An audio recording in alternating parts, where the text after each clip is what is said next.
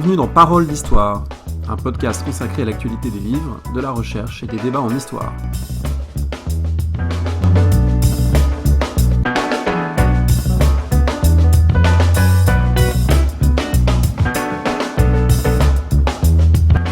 André Loez au micro pour le premier de 2 épisodes consacrés à l'histoire de Darius, de l'Empire perse et d'Alexandre le Grand. J'ai le grand plaisir d'être avec Pierre Briand, professeur au Collège de France, sur la chaire d'Histoire et Civilisation du monde achéménide et de l'Empire d'Alexandre, dont il est le grand spécialiste. Et on va parler aujourd'hui, en 2 épisodes, d'Alexandre le Grand, de Darius, de l'Empire perse, des images, des usages de cette période, sur laquelle il a beaucoup travaillé, publié de nombreux livres. Je les rappelle brièvement, même si on donnera toutes les références sur le site internet, paroledhistoire.fr, son histoire de l'Empire perse, qui est vraiment un monument d'érudition.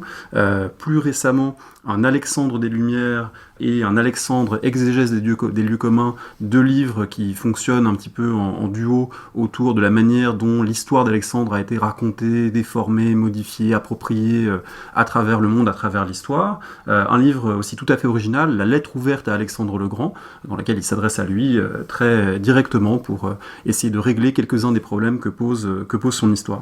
Alors je suis d'autant plus heureux de parler avec Pierre Briand aujourd'hui que, contrairement, on l'aura compris à travers ces titres, contrairement à un certain nombre d'historiens, il ne sépare pas dans son travail l'histoire proprement dite des usages mémoriels, des figures qu'il étudie, même si mémoire n'est pas forcément le bon terme en tout cas.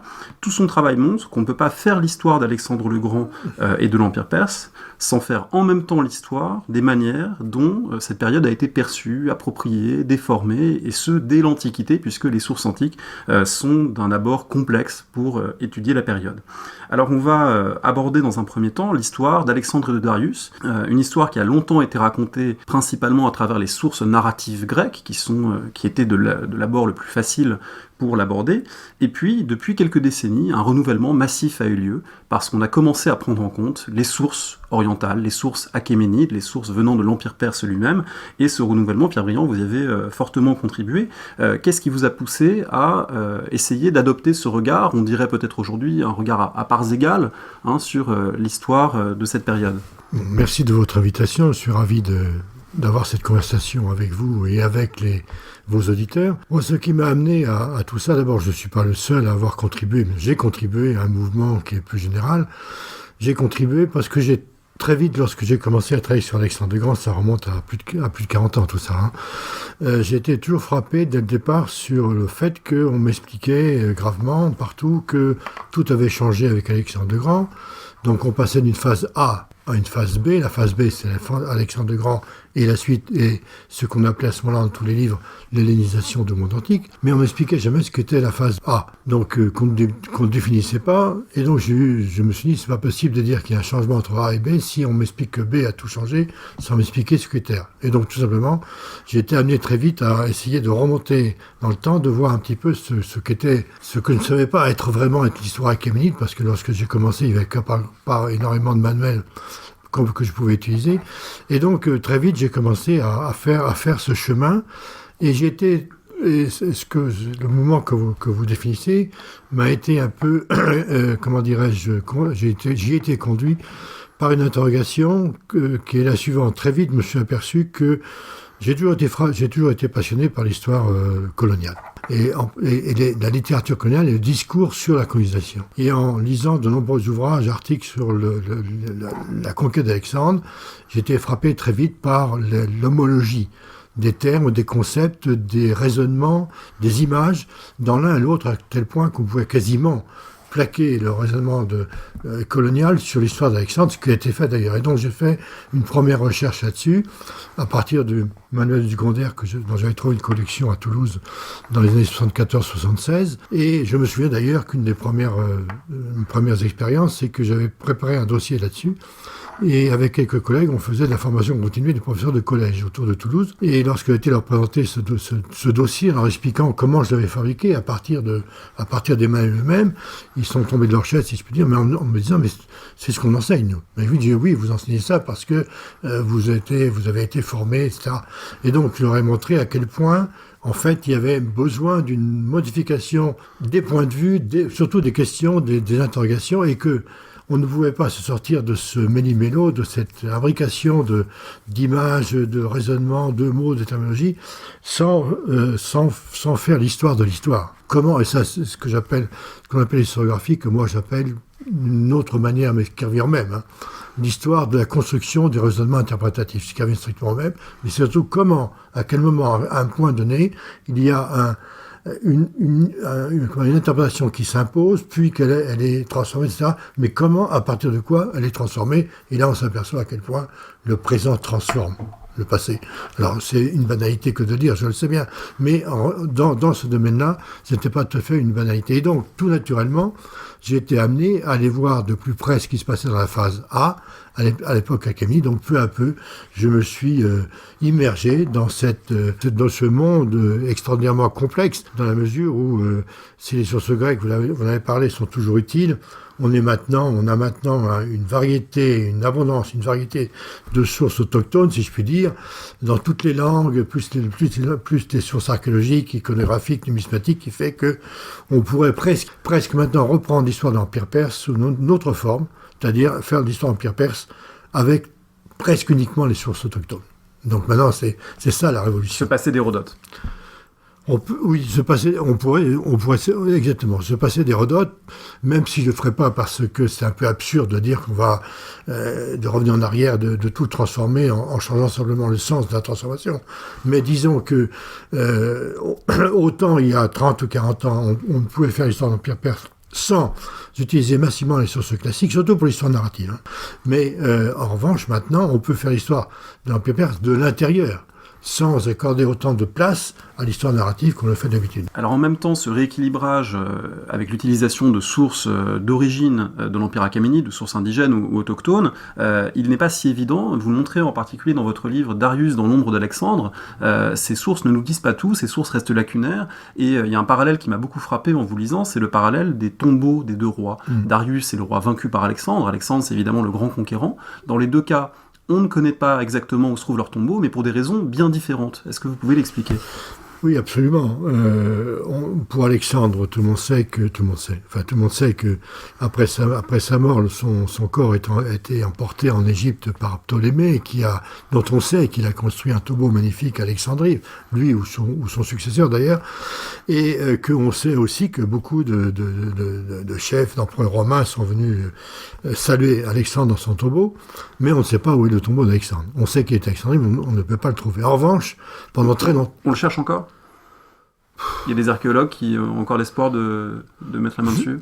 Je ne pense pas qu'on puisse chercher le tombeau d'Alexandre après toutes les recherches qui ont été faites pendant un siècle, et étant donné la topographie d'Alexandrie qui est complètement maintenant modernisée, on a fait des tas de fouilles dans les souterrains, dans les citernes, un peu partout, mais bon, on n'a pas trouvé, plus exactement, je dirais que peut-être on l'a trouvé, mais qu'on ne sait pas que... On l'a pas connu. Voilà. Puisqu'il n'y a pas marqué tombeau d'Alexandre dessus. Il y a un tombeau de marbre blanc bien connu à Alexandrie qu'on va visiter.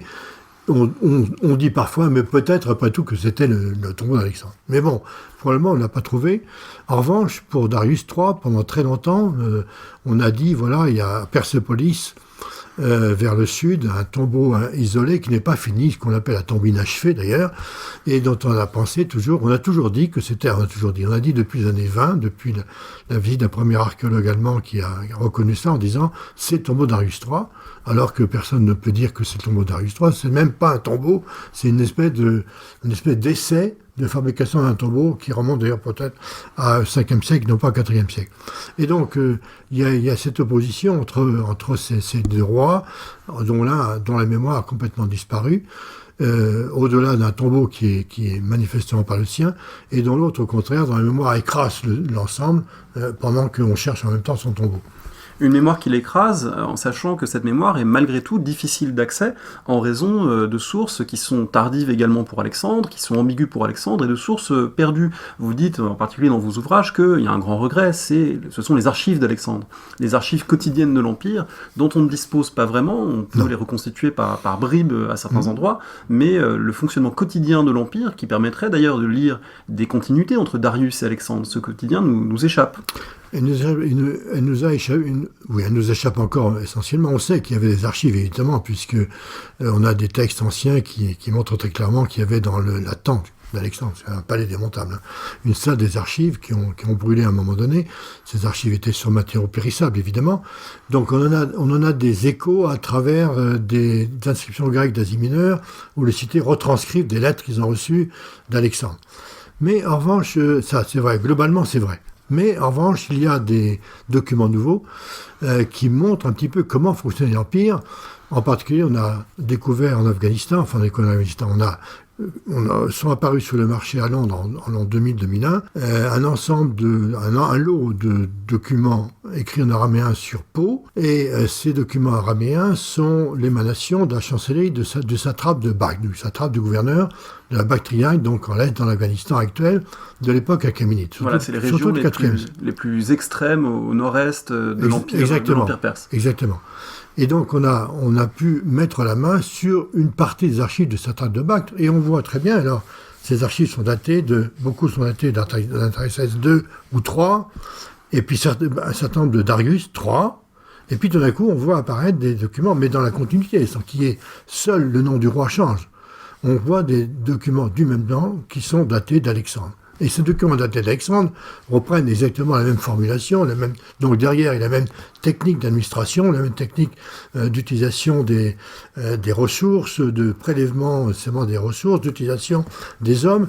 Et ce document est un document tout à fait... Ces documents sont extrêmement parlants. Et puis il y a d'autres endroits, en Idumée, près au sud de la Palestine, au sud d'Israël, où on voit justement des documents araméens également, où on voit la continuité entre Antaresès, Darius, Alexandre, etc. Et donc on voit très bien que ce qu'a fait Alexandre dans le premier temps, c'est de reprendre à son compte les techniques d'administration achéménide que là on connaît fort bien grâce à toute la documentation sérielle, tant les archives de Persépolis que documentation araméenne. Donc on voit très bien, c'est vrai que les archives propres d'Alexandre ont disparu, mais on peut néanmoins en partie les reconstituer, ou reconstituer au moins la logique. Et parmi ces continuités, il y avait également celle des monnayages. Vous montrez que la numismatique a été d'un apport très important pour comprendre comment les monnayages d'Alexandre s'insèrent finalement dans un système déjà existant et en reprennent un certain nombre de caractéristiques.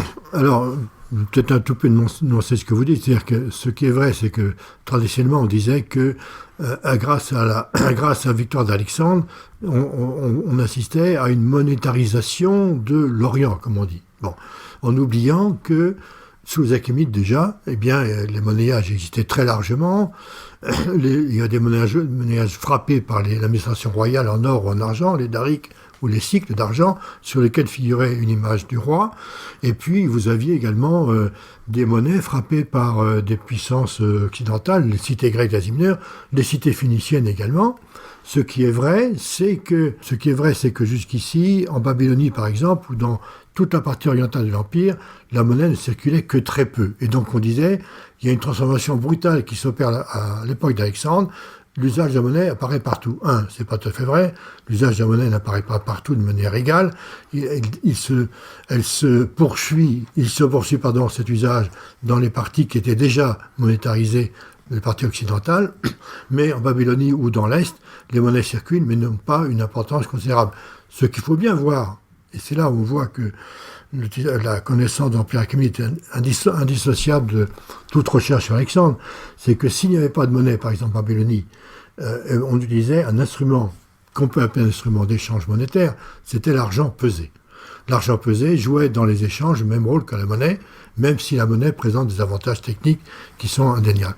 Donc il y a à la fois, je vais revenir à des formulations qui sont un peu bateaux, mais on n'en sort pas, des continuités et des ruptures, parce que la monnaie achéménide disparaît et la monnaie d'Alexandre va apparaître sur les étalons monétaires grecs et macédoniens, bien sûr, et donc va certainement prendre une place plus importante qu'elle n'avait à l'époque achéménide. Alors, pour revenir un petit peu en arrière, pour que ces continuités existent, il fallait qu'il y ait un projet de conquête, et ce projet, vous considérez qu'il est plutôt cohérent, et ce, dès l'origine, peut-être même dès Philippe, le père d'Alexandre, qui a le premier imaginé et unifié sous sa domination les cités grecques, afin afin de le réaliser. Et Mmh. Alexandre lui-même, vous évoquez dans un de vos livres l'idée d'un plan méthodique.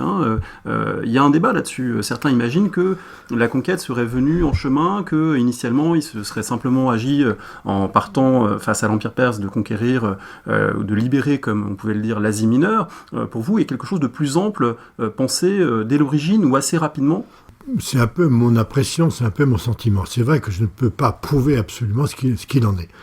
Ce que je crois très clairement, c'est que si on voit les premières étapes de la conquête, on voit très bien qu'Alexandre n'est pas venu uniquement comme une espèce de cyclone qui dévaste tout l'Orient, mais il est venu avec des idées très claires sur la manière d'asseoir un pouvoir qu'il avait conquis par la force des armes, d'abord la bataille du Granit. Il est tout à fait intéressant de voir que on dit toujours la politique iranienne d'Alexandre, et Alexandre se serait intéressé à attirer à lui les élites perses et iraniennes uniquement à partir de la prise de Babylone, où là il nomme un satrape iranien. Ce qui n'est pas tout à fait vrai. Dès le printemps 334, donc quelques semaines après la bataille du Granique, on voit... Alors, c'est la première grande bataille, pour ceux qui nous écoutent, Voilà. sur le sol asiatique, après que les armées grecques et macédoniennes aient franchi l'Hellespont, donc la conquête est lancée avec ce moment-là. Exactement, ça ouvre à Alexandre des portes de l'Asie mineure. Quand je dis ça ouvre à Alexandre des portes de l'Asie mineure, sous réserve qu'il n'y ait pas d'autres résistances perses par derrière. Or, l'un des grands événements pour moi de cette période, c'est que lorsqu'il arrive devant Sardes, qui était la capitale, disons, la plus importante, place forte en même temps perse en Asie mineure, où il y avait aussi un trésor sur la citadelle, eh bien on voit qu'il réussit à conclure un accord avec le gouverneur perse, Mithrénès, de la citadelle de Sardes. Il passe un accord, deux accords, l'un avec le gouvernement municipal de Sardes, si je puis dire, l'autre avec le gouverneur perse, qui viennent tous les deux le trouver en dehors des remparts, lui remettre la ville, et en contrepartie, parce qu'il y a eu une négociation auparavant, évidemment, Mithrénès obtient d'être admis dans le cercle presque le plus proche d'Alexandre, donc de conserver les avantages qu'il avait du point de vue sous le gouvernement de Darius. Et donc on voit là la première manifestation de ce que j'appelle la politique iranienne d'Alexandre. Et donc déjà de ce point de vue-là, la politique iranienne d'Alexandre commence ici, en 334, je dirais même qu'elle commence avant. Il ne faut pas oublier que les parties ouest, la partie ouest, le nord-ouest de l'Asie mineure, où la satrapie de Phrygie Pontique, d'Ascalion, était en fait limitrophe du royaume macédonien de Philippe II, en tout cas de Philippe II, et qu'il y avait des échanges permanents entre les Balkans et l'ouest de l'Asie mineure, que les gens circulaient, on le voit très bien par l'archéologie également, et on voit par exemple que sous Philippe II, un satrape d'Ascalion qui a été entré en difficulté avec Artaxias, vient avec toute sa famille, c'est-à-dire plusieurs milliers de personnes, se réfugier à la cour de Philippe II pendant plusieurs années. Donc tout ça crée des liens. Artabaz est arrivé à Pella, à la capitale de Philippe II, alors qu'Alexandre était enfant, et cet Artabaz, Alexandre va retrouver après la mort de Darius, ce même Artabaz va être nommé à la tête de la satrapie de Bactriane, dont on parlait tout à l'heure. Donc je veux dire qu'il y a des solidarités personnelles, des échanges multiples d'idées, de personnes, d'artistes, etc., qui circulent partout, qui fait que, en fait, Alexandre d'Asie mineure ne vient pas d'un pays complètement étranger, si le terme est exact, mais il vient d'un pays qu'il connaît très bien. Et que je pense qu'il y a eu déjà des préparatifs de ce point de vue qui ont été faits, que des contacts ont eu lieu. D'ailleurs, on sait aussi que sous Philippe II, un peu avant la mort de Philippe II, il y a eu un projet de mariage entre Pixodaros, le satrape de Carie, dans le sud-ouest de l'Asie mineure, Halikarnasse Bodrum à l'heure actuelle, et une princesse macédonienne. Donc, et donc il y a des échanges d'ambassades, etc. Donc, tout ça pour dire qu'il y a eu... Et donc je pense qu'avant de partir, Alexandre avait une connaissance relativement précise de ce qu'était l'Empire achéménide, comment il fonctionnait, quelles étaient les ressources, quels étaient les gens sur lesquels il pourrait s'appuyer, sur les faiblesses de l'Empire achéménide qu'il pourrait utiliser. C'est pour ça que je dis que je pense qu'il y a eu un plan, qu'Alexandre savait où il allait. Il ne savait pas tout dans le détail, mais il savait grosso modo où il allait, quelle allait être sa politique, il avait compris. C'est pourquoi j'insiste sur l'exemple de Mithrénès. Il avait compris en particulier qu'il ne pourrait jamais conquérir ni garder cet empire sans le ralliement de ce que j'appelle moi l'ethnoclasse dominante de l'Empire achéménide, donc la couche perso-iranienne qui avait à peu près tous les leviers de pouvoir au plus haut niveau de l'administration et de la politique. Alors on va revenir sur ce ralliement, ce rapprochement organisé. Avant cela, un mot sur ce que vous venez de dire qui est très important, parce que ce ne sont pas deux mondes étrangers l'un à l'autre. Non. Et en particulier, ce sont des mondes où l'on peut converser, il y a des interprètes, ça fait longtemps qu'il y a des Grecs au service des Perses, comme mercenaires en particulier, ça fait longtemps qu'il y a des voyageurs qui ont rapporté des impressions. Donc, quelle langue on parle, comment s'organisent les échanges linguistiques à la cour d'Alexandre, dans cette cour itinérante dont vous avez parlé? Alors, il y a beaucoup d'interprètes. On est moins informé sur cela que sur la cour achéménide. Enfin, ce qu'il faut comprendre d'abord, c'est que il n'y a pas face à face les Grecs ou les Macédoniens et les Perses. L'Empire achéménide, c'est ça qu'il faut comprendre, parce qu'on n'en parle jamais, parce que dans les bouquins sur Alexandre ou dans les films sur Alexandre, l'Empire achéménide n'existe pas. Non, on n'en parle jamais. Bon, il faut bien comprendre que l'Empire achéménide qui s'étend donc de la Méditerranée à l'Indus et du Sirdaria, là-bas en Ouzbékistan, Tadjikistan, jusqu'à la première cataracte du Nil, est un empire multiethnique, multilingue, où on parle des dizaines et dizaines de langues. Ne serait-ce qu'en Asie mineure, on parle on écrit. On écrit le phrygien, on écrit le lycien, on écrit le carien, on écrit le lydien, l'araméen, etc., le cuniforme. Et donc il y a déjà des rapprochements multiples qui se sont déjà opérés à l'époque achéménide, puisque les gens circulent très largement d'un bout à l'autre de l'Empire. Et qu'il existe une langue, qui est une langue véhiculaire principale, qui est l'araméen, qui est utilisée par les chancelleries impériales. Et donc, Alexandre va avoir besoin d'interprètes dans chacun des pays, parce que s'il arrive en Asie mineure, il peut trouver pas mal d'interprètes, puisque les Grecs sont là depuis l'an 1000. Et donc, il a des possibilités assez faciles. Et je pense qu'il y a un certain nombre de Perses qui se parlent plus ou moins grec. Bon. Ceux qui sont installés depuis plusieurs générations d'Asie mineure, à mon avis, parlent déjà plus ou moins grec. Oui, il y a eu des contacts dès la guerre du Péloponnèse, très intenses. Il y a des moments où il y a des échanges se voient avec des représentants des cités absolument. Grecques. Et qui ont des rapports avec ceux que les textes grecs appellent ceux du haut pays. Donc les Perses qui habitent à quelques dizaines de kilomètres à l'intérieur des terres, et donc il y a des échanges. Mais Alexandre a besoin d'interprètes différents, qui soient en Égypte ou en Phénicie ou en Babylonie, etc., où il y a besoin d'interprètes babyloniens. Donc simplement, on ne voit pas beaucoup, on n'a pas beaucoup d'informations sur ces échanges linguistiques dans la cour d'Alexandre, parce que nos informations, vous l'avez dit tout à l'heure, on n'a pas d'archives, on n'a pas d'informations, sauf les informations données par les sources grecques, qui ne jugent pas utile, sauf exception, de parler de ces interprètes, sauf exception, qui sont en général des exceptions dans le contexte militaire, parce qu'on a besoin de parler avec l'ennemi, donc on a un interprète. Mais évidemment, il y a beaucoup de gens qui parlent des langues différentes également à la cour d'Alexandre, comme c'était le cas à la cour achéménide, sans aucun doute. Alors parmi les images que vous rendez plus complexes dans vos travaux, c'est cette image d'un effondrement de l'Empire achéménide, et en particulier de Darius III, lâche, fuyant le champ de bataille, image en particulier léguée par la célèbre mosaïque de Pompéi, qui montre le char de Darius rebroussant chemin, et qui a longtemps ancré dans l'imaginaire cette impression d'un roi fuyard correspondant à toute une série de stéréotypes sur l'Orient que pouvaient se faire les Grecs. Pourquoi cette image, d'abord, elle est trop simpliste pour décrire ce qui se passe au moment de la conquête macédonienne? Et puis si on abandonne cette image d'un roi perse faible et lâche que nous ont transmis certains auteurs, comment on interprète autrement la rapidité de la conquête? Comment on explique ce qui, vous dites, n'est pas un effondrement de l'Empire perse, mais en tout cas une conquête malgré tout qui se fait de manière extrêmement rapide? Sans entrer dans les détails, je dirais que même sur la mosaïque d'Alexandre, la mosaïque de Naples, il y a eu des interprétations différentes, mais peu importe.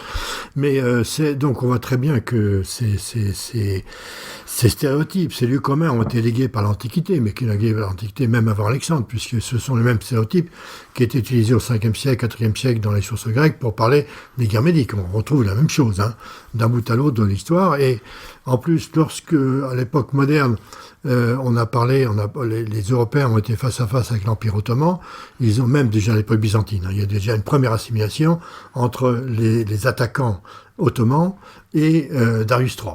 Et donc ça, c'est aussi l'espoir que, s'assimilant avec Alexandre, les empereurs byzantins vont avoir le même succès vis-à-vis des Ottomans que Alexandre avait eu vis-à-vis des rois perses. Et donc, comme l'Empire ottoman, lui aussi, va être défini sans analyse comme un empire finissant par ce que despotique. Le terme despotique, il explique tout. Hein. Donc, et qui n'a aucune ressource, aucune ressource, aucun dynamisme, aucune transformation du commerce, de la production, aucune des logique échanges, interne. aucune logique interne, sauf celle de la toute-puissance du despote. Donc, les sources grecques ont parlé de Darius comme un fuyard, comme vous l'avez dit. Alors, ce que je mets en cause, c'est simplement ce stéréotype. Et donc, je dis simplement que si on veut parler de l'empire de Darius III, il faut l'étudier de l'intérieur. Comment l'empire de Darius III fonctionne-t-il? Est-ce que vraiment, par rapport à l'empire de Darius Ier, il y a un effondrement, un effritement des pouvoirs? Et moi je dis qu'on regarde de l'intérieur, qu'on prend les sources, à la fois les sources grecques parce qu'elles sont indispensables, mais aussi les sources indigènes autochtones, on ne voit pas, moi j'ai fait un article il y a une dizaine d'années sur justement le fonctionnement de l'empire de Darius III en prenant toutes les sources qu'on l'on connaît maintenant, sources araméennes, les sources numismatiques, etc., pour montrer qu'en réalité l'empire de Darius III fonctionne parfaitement bien. Je dirais même, je vais même plus loin, que c'est grâce au fait que l'empire de Troie fonctionnait bien que Alexandre l'a emporté. Pourquoi? Montesquieu a été le premier à ouvrir un questionnement sur la manière dont Alexandre et l'armée d'Alexandre a pu se nourrir dans l'empire achéménide. Lui avait une réponse en disant en fait l'empire achéménide était très riche et donc il a pu avoir accès, mais maintenant qu'on a des ressources documentaires beaucoup plus importantes, on s'aperçoit que l'Empire achéménide était traversé par des routes qu'on appelle des routes royales qui vont partout, hein, qui étaient jalonnées de stations où les voyageurs officiels pouvaient se trouver des rations alimentaires. Tout ça était géré de main de maître par l'administration tatillonne. Et il y avait donc une logistique de paix achéménide qui fait que, je ne dis pas que l'armée d'Alexandre n'a pas fait de pillage, je dis simplement qu'elle avait accès à ces ressources logistiques qui ont été mises en place par l'Empire achéménide pour se défendre, pour survivre, et inversement, Alexandre a dû s'en emparer pour justement faire tomber l'Empire achéménide. Donc, l'Empire achéménide n'est pas du tout un empire. D'ailleurs, le ressort administratif et territorial est à peu près le même depuis 2 siècles. Les nouvelles documentations qu'on a trouvées, en particulier en Bactriane, montrent que le fonctionnement de l'administration reste la même, exactement copié sur celle de Persépolis qu'on connaît à travers les tablettes. Donc je ne vois pas en quoi il y a une armée très puissante, des ressources financières illimitées. Voilà, c'est pas l'homme malade de l'Asie. Non, on a pu le projeter rétrospectivement. Non, ce n'est pas l'homme malade de l'Asie. C'est simplement. Alors pourquoi vous me posez indirectement la question ou en sous-texte la question pourquoi Alexandre l'a-t-il emporté? Est-ce que j'oserais dire que je ne sais pas pourquoi?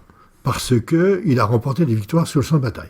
D'une part, ça je ne peux pas expliquer. Alors il y a une énorme littérature sur l'histoire de la guerre que j'admire profondément, pour laquelle j'ai un profond respect, mais que je n'arrive pas à suivre toujours, dans la mesure où souvent les sites de bataille ne sont pas connus avec précision, que les sources antiques sont contradictoires, mais au maximum les unes avec les autres, qu'il est très difficile de reconstituer les batailles. Donc je dirais qu'Alexandre avait certainement par rapport à l'état-major de Darius, je dirais une vista stratégique qu'il n'avait pas.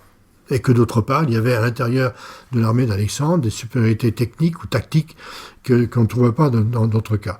Mais donc, à part ça, je ne peux pas dire, mais Alexandre n'aurait jamais pu réussir ce qu'il a réussi s'il n'y avait pas aussi, après la victoire sur le champ de bataille, des considérations de stratégie politique qui l'ont miné jusqu'au bout, dont j'ai parlé tout à l'heure brièvement, à propos de Sardes. On va revenir à ces considérations, elles sont très importantes. Vous montrez qu'il y a une politique qui est bien connue d'association des élites perses.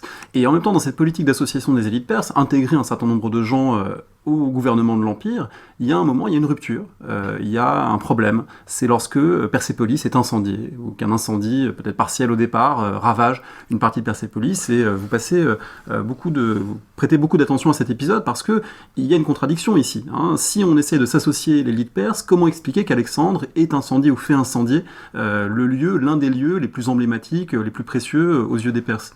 Bon, je précise une chose très vite, c'est pas uniquement une association avec les élites perses iraniennes, c'est aussi une association avec les élites locales, égyptiennes, babyloniennes, etc. Ça fait partie du paquet. Hein. Persépolis. Alors Persépolis, d'abord, lorsque Alexandre passe des accords avec les élites perses et iraniennes, c'est en général après une défaite des Perses. Donc à ce moment, il est dans une position de force et les autres dans une position de faiblesse, en particulier après la chute de Babylone, la défaite de Gaugamel, une partie des élites perses savent que les choses sont perdues. Et donc ils essaient de trouver un accord, qu'ils trouvent d'ailleurs avec Alexandre. Lorsque Alexandre arrive à Persépolis, il y a eu des résistances très fortes. Et si Alexandre, d'abord, il n'a pas incendie de Persépolis tout de suite. Il arrive à Persépolis en janvier 330, et l'incendie a lieu en mai 330. Il s'est donc écoulé plusieurs mois. Ça n'a pas été une décision immédiate. Ce n'est pas du tout dans son projet d'avoir à brûler Persépolis. Il n'a pas brûlé Suse, il n'a pas brûlé Babylone. Bon, au contraire. Donc, en arrivant à Persépolis, son idée, c'était de faire exactement comme il avait fait ailleurs. Mais Persépolis, c'est un cas particulier. Nous arrivons en Perse, au cœur même de la puissance perse, de la puissance également de la civilisation perse au sens strict du terme. Hein. C'est en Perse, le Fars. Persépolis, le Fars, on parle perse, où les tombeaux des rois sont, les palais, etc.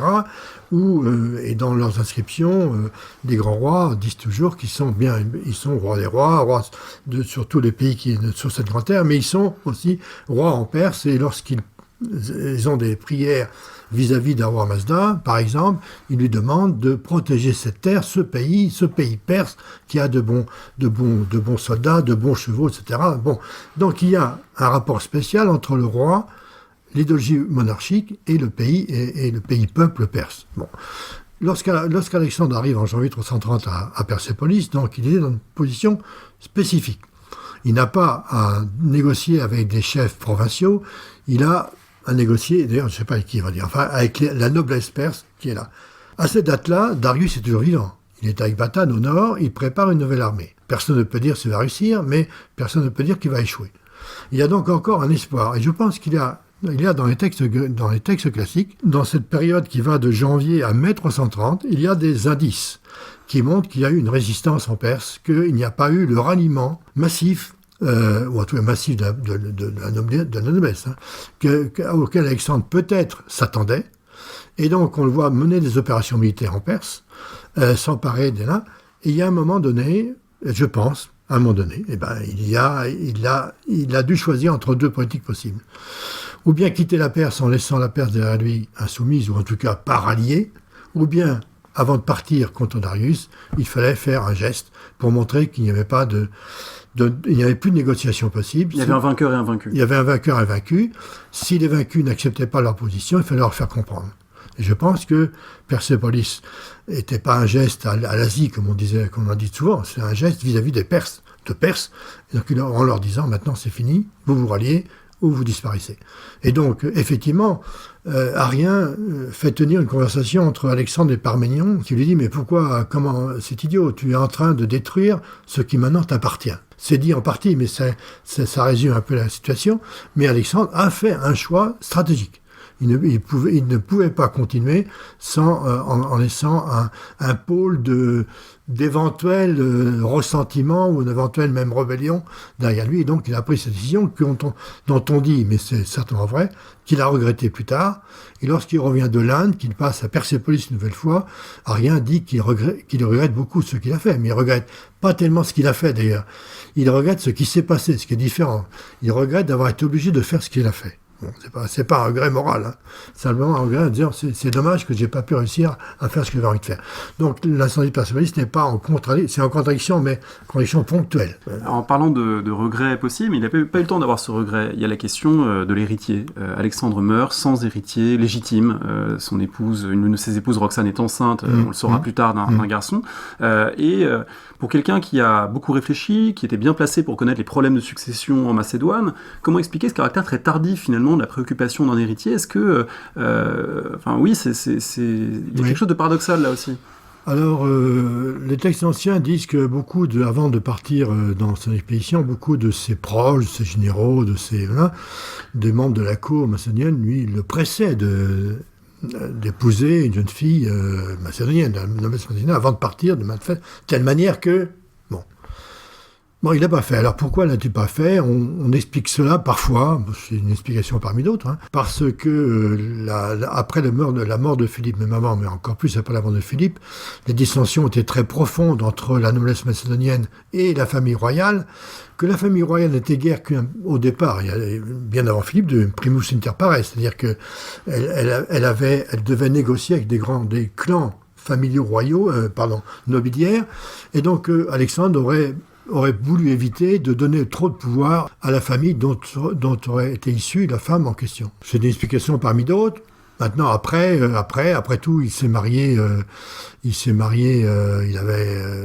avec Roxane. Quel âge avait-il? Mon Dieu, j'ai toujours du mal à voir les choses. Il avait quoi, 28 ans, tout comme ça. Hein. Bon, c'est pas non plus... Et puis après tout, personne ne pouvait songer qu'à 28 ans ou à 33 ans, il allait disparaître. Donc voilà, sa femme était enceinte, bon, il tombe malade, qu'est-ce que vous voulez, Disons que ça contraste avec la politique très méthodique de Philippe sur ce point, qui avait pris les épouses successives et qui avait sécurisé de cette manière-là, bon, dans un autre contexte, évidemment. Le contexte est différent, parce que le contexte de Philippe II devait se situer exclusivement dans les Balkans. Il avait épousé des femmes des rois vaincus en particulier, qu'il gardait à la cour. Donc là, le contexte est différent, mais bon, c'est vrai que la politique est différente. Probablement, Alexandre croyait en sa bonne étoile. Ah, il croyait en sa bonne étoile, il croyait être Dieu comme il l'avait ordonné aux cités grecques, de le reconnaître comme tel dans l'une de ses dernières décisions. Alors, est-ce qu'il pensait, est-ce que c'est difficile de pénétrer dans les ressorts de l'âme d'Alexandre? Est-ce qu'il croyait à ses dieux, hein, comme dirait Paul Venn? Je pense qu'il pensait certainement être quelqu'un de tellement exceptionnel qu'il avait droit à des honneurs. D'après tout, c'est pas le premier à avoir demandé d'être associé aux dieux, hein. Son père Philippe également. Donc, c'était pas une nouveauté absolue que de le faire. Mais donc certainement qu'il se sentait au-dessus de la condition humaine, sans pour autant de croire qu'il était immortel. On se retrouve dans un second épisode pour parler de la postérité d'Alexandre et de ses images.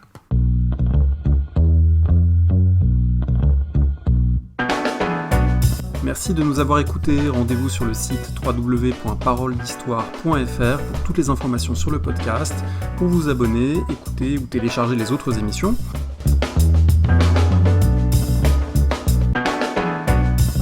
La discussion se poursuit aussi en ligne, notamment sur Twitter. Vous pouvez poser des questions @paroledist et à bientôt pour un prochain épisode.